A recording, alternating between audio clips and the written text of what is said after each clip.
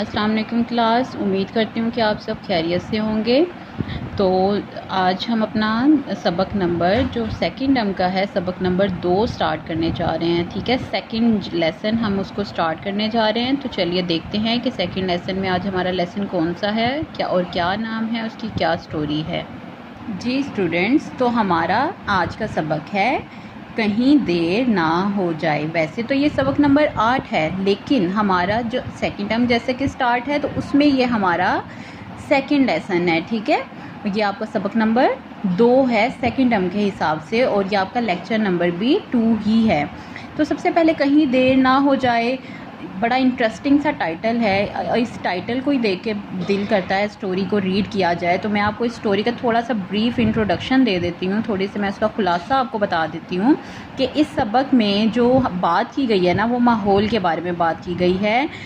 ठीक है, तो माहौल के बारे में बात की गई है। हमें माहौल के बारे में बताया गया है कि इस तरह से उसकी जो है माहौलियाती आलूदगी के बारे में बताया गया है, कौन कौन सी तरह की आलूदगियाँ होती हैं, उनकी कौन सी इकसाम है और उनके क्या असबाब हैं। असबाब कहते हैं कि क्या वजह है कि माहौलियाती आलूदगी उनसे पैदा होती है। फिर उनके बचाव के तरीके भी आपको यहाँ पर बताए गए हैं।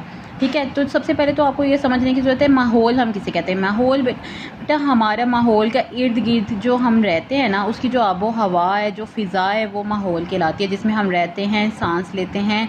ठीक है, और उस माहौल का हमारे ऊपर क्या असर होता है, ये सब माहौल में आ जाता है आपके। अगर तो आपको अच्छा इफ़ेक्ट कर रही है तो वो आपके लिए माहौल अच्छा है, और अगर उसके आपको कोई साइड इफ़ेक्ट्स हैं तो वो माहौल आपके लिए बुरा है। सबक शुरू करने से पहले आपने क्या करना होगा, अहम अल्फाज जो कि आपके इमला के अल्फाज हैं, इनको आप अपनी कॉपी पर लिखेंगे। ठीक है, ये इमला के अल्फाज हैं, मुश्किल अल्फाज हैं, इनको आप अपनी कॉपी पर लिखेंगे। फिर आप सबक की पढ़ाई शुरू करेंगे। सबक की पढ़ाई होने के बाद हम चलेंगे अपनी एक्सरसाइज की तरफ। जी बच्चों, जैसे आपकी पढ़ाई पूरी हो जाएगी, या आप चाहो तो आप इन अल्फाज मायनी को पहले भी रीड कर सकते हो, ताकि आपको सबक के अंदर पढ़ने में कोई मुश्किल पेश ना आए। तो ये आपके पास अल्फाज मायनी दिए गए हैं, ये वाले। इन अल्फाज मायनी को आपने अच्छे से पढ़ना है, समझना है, और इनको अपनी कॉपी पर नोट कर लेना है। ठीक है, तो ये आपके बुक पे दिए गए हैं सफ़ा नंबर 44, मतलब 44 पे। ठीक है, तो ये अल्फाज मायनी आप करेंगे। उसके बाद आपके नेक्स्ट क्या आ रहे हैं, सवाल जवाब आ रहे हैं। इन सवाल जवाब जब आप कहानी अच्छे से पढ़ चुके हैं तो आपके लिए कोई मुश्किल नहीं है कि इन सवालात के जवाबात कहाँ से ढूंढने हैं। फिर भी आपकी आसानी के लिए मैं आपको इनके जवाबात बुक पे कहाँ पर हैं वो बता देती हूँ। जी, तो चलिए इनके जवाबात देखते हैं। जैसे कि पहला सवाल है आपका, ज़मीन को इंसान से क्या क्या गिले हैं। ये ना बेटा एक ये आपके पास एक डायलॉग है, मुकालमा है, जिसमें ज़मीन और एक एलियन है जो होस्ट बना हुआ है, वो इनसे बात कर रहा है, ज़मीन से बात कर रहा है, और ज़मीन अपने उसमें शिकायतें बताती है कि मुझे ज़मीन पर रहने वालों से क्या शिकायतें हैं। तो आपने करना क्या है कि थोड़ा सा मैं आपको हिंट के तौर पे ये जवाब दे रही हूँ, आपने इस जवाब को खुद समझकर अपने हिसाब से इसमें चेंजिंग करके इसको थोड़ा सा शॉर्ट करके लिखना है। ये आपकी क्रिएटिव राइटिंग है। ठीक है, इसका मकसद ये है कि अब आप जैसे कि 6th क्लास में आ गए हैं, जितना आप खुद से क्रिएटिव राइटिंग करेंगे आपके लिए उतना ही बेहतर होगा। ठीक है, अब सवाल नंबर 2 का जवाब भी इसी के नीचे आपको नज़र आ रहा है, ये भी आप देख सकते हैं सवाल नंबर 2 का जवाब। ठीक है, इसको आप थोड़ा बहुत अपनी तरफ से चेंज करके भी लिख सकते हैं। वो आपकी जितनी अच्छी क्रिएटिव राइटिंग होगी आपको पेपर में मार्क्स उतने ही अच्छे मिलेंगे। ठीक है, नेक्स्ट देखते हैं सवाल नंबर 3 और 4 जो हैं वो आपके अगले सफ़े पर दिए गए हैं, यहाँ से यहाँ तक है। इसमें आपने चेंजिंग करनी है, इसको अपने हिसाब से जवाब में बना के लिखना है। कुछ चीज़ें मैंने कट भी की हुई हैं जो कि बीच में आंसर के बीच में, जवाब के बीच में लिखना ज़रूरी नहीं है। ये सवाल नंबर 4 है, ये आपको सिर्फ हिंट के तौर पे बताया गया है, आपने इसको खुद से इसका जवाब बनाकर लिखना है। ठीक है, तो जो सवाल नंबर 5 और 6 है, ये उन्होंने आपको दिया है कि आप इसको खुद से सर्च करें, आप इसके बारे में सोचें और इसके बारे में आप जवाब तलाश करके अपनी कॉपी पर लिखें।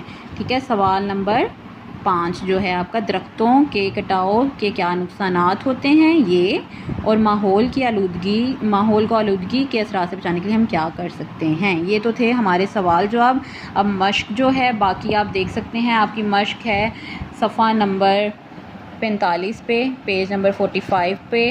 ठीक है, पेज नंबर 46 पर है, इसको आप करेंगे, इसको देखेंगे जिसमें आपने अल्फाज मुतरादिफ़ करने हैं।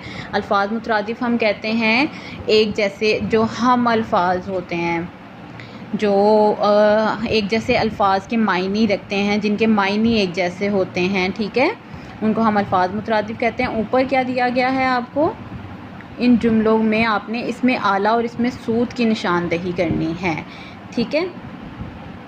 आवाज़ों को बोलते हैं हम, आवाज़ों को, इसमें सूद, ठीक है। ये लिखना सीखें और सरगर्मी है, तो इसको आप देख लीजिएगा आप कितना अच्छे से कर सकते हैं। खुलासा आपने ज़रूर करना है सबक का, ठीक है। और आपने दरख्वास्त भी लाजमी करनी है उर्दू बी की कॉपी पे। ये दोनों काम जो हैं ये आपने लाजमी करने हैं। कौन कौन से, एक तो आपने ये दरख्वास्त वाला काम और सबक के खुलासे वाला काम, ठीक है। ये काम आपने इस सफ़े में से ये काम लाजमी करने हैं। तो बच्चों ये था आपका पूरे वीक का लेक्चर, पूरे सबक का लेक्चर था। इसको आपने अच्छे से कर लेना है। कोई प्रॉब्लम हो तो आप स्कूल ऑफिस से कांटेक्ट कर सकते हैं।